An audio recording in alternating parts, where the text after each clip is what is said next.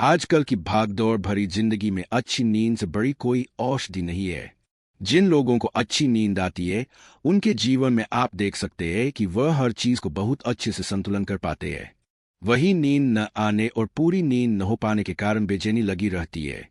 साथ ही काम करने में भी कई तरह की परेशानियों का सामना करना पड़ता है। आज के दौर में सुखी और समृद्ध जीवन के लिए अच्छी नींद का होना बहुत जरूरी है। धार्मिक मान्यताओं के अनुसार सोते समय सिरहाने के पास कुछ वस्तु को होना अशुद्ध माना जाता है। इन वस्तुओं को सिरहाने के पास रखने से न केवल नींद प्रभावित होती है, बल्कि जीवन में कई तरह की रुकावट का भी सामना करना पड़ता है।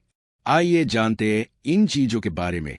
किताबें वैसे तो हमारा ज्ञान बयाती है, लेकिन सिरहाने के पास किताबों का होना शुभ नहीं माना जाता है।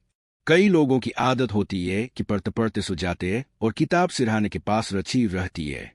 ज्योतिष शास्त्र में ऐसा करना अच्छा नहीं माना जाता है। इससे व्यक्ति को करियर से संबंधित परेशानियां आ सकती है।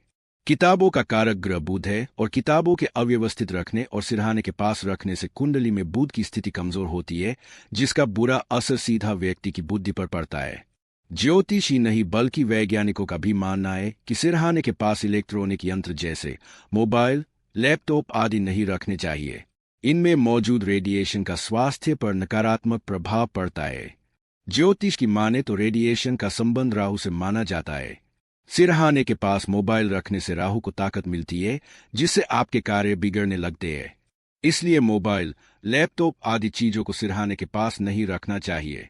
वैसे तो पूरे घर में साफ सफाई को होना बहुत जरूरी है, लेकिन सोने से पहले एक बार सिरहाने के पास सफाई जरूर कर ले।